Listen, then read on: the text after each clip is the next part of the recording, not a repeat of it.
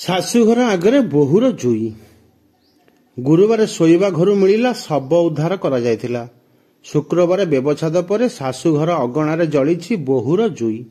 ସେପଟେ ଅଟକ ଥିବା ଅଭିଯୁକ୍ତ ସ୍ୱାମୀକୁ ଭୋଗରାଇ ପୁଲିସ ଗିରଫ କରି ଜେଲ ହାଜତକୁ ପଠାଇଛି। ଶାଶୁ ଶ୍ୱଶୁର ଓ ପରିବାରର ଲୋକେ ଘରର ତାଲା ମାରି ଫେରାର ହୋଇଯାଇଛନ୍ତି। ଏହା ଦେଖି ଉତ୍ତେଜିତ ବାପଘର ଲୋକେ ଝିଅର ମୃତଦେହକୁ ଶାଶୁଘର ଅଗଣାରେ ପୋଡ଼ି ଦେଇଛନ୍ତି। ଏହିଭଳି ଏକ ହୃଦୟ ବିଦାରକ ଦୃଶ୍ୟ ଦେଖିବାକୁ ମିଳିଛି ବାଲେଶ୍ୱର ଜିଲ୍ଲା ଭୋଗରାଇ ଥାନା ଗୁଣାଇ ବସାଣ ପଞ୍ଚାୟତ ଅନ୍ତର୍ଗତ ହରିପୁର ଗ୍ରାମରେ। ସୂଚନା ଅନୁଯାୟୀ ହରିପୁର ଗ୍ରାମର ସୁରତ ମହାନାଙ୍କ ଏକମାତ୍ର ପୁଅ ରାମକୃଷ୍ଣ ପ୍ରାୟ 4 ବର୍ଷ ପୂର୍ବେ ସ୍ଥାନୀୟ କୁମ୍ଭାରମୂଳା ଗାଁର ବସନ୍ତ ବେହେରାଙ୍କ ଏକମାତ୍ର ଝିଅ ସସ୍ମିତାକୁ ବୈଦିକ ରୀତିରେ ବିବାହ କରିଥିଲେ। କିଛି ଦିନ ହେଲା ସ୍ୱାମୀ ସ୍ତ୍ରୀଙ୍କ ମଧ୍ୟରେ ଅଶାନ୍ତି ଲାଗି ରହିଥିବା ବେଳେ ଗୁରୁବାର ସକାଳେ କୌଣସି କଥାକୁ ନେଇ ଉଭୟଙ୍କ ମଧ୍ୟରେ ଝଗଡ଼ା ହୋଇଥିଲା।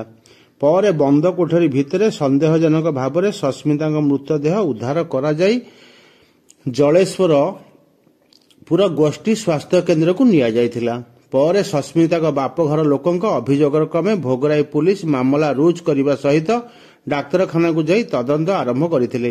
ସେହି ସମୟରେ ପୁଲିସ ଓ ମୃତକଙ୍କ ପରିବାର ଲୋକଙ୍କ ମଧ୍ୟରେ ମୁହାଁମୁହିଁ ପରିସ୍ଥିତି ଉପୁଜିଥିବା ବେଳେ ନ୍ୟାୟ ଦାବି କରି ଝିଅର ବାପଘର ଲୋକେ ଥାନାରେ ଲିଖିତ ଅଭିଯୋଗ କରିଥିଲେ।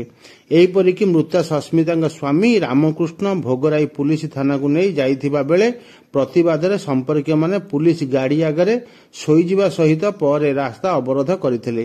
ଘଟଣାକୁ ନେଇ ଡାକ୍ତରଖାନା ପରିସରରେ ଚାପା ଉତ୍ତେଜନା ପ୍ରକାଶ ପାଇଥିଲା।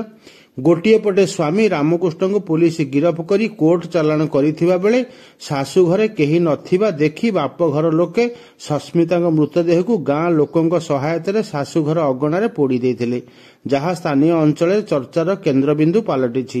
ଅନ୍ୟପକ୍ଷରେ ରାମକୃଷ୍ଣଙ୍କ ଜାମିନ ଖାରଜ ହେବାରୁ ତାଙ୍କୁ ବିଚାର ବିଭାଗୀୟ ହାଜତକୁ ପଠାଇ ଦିଆଯାଇଛି।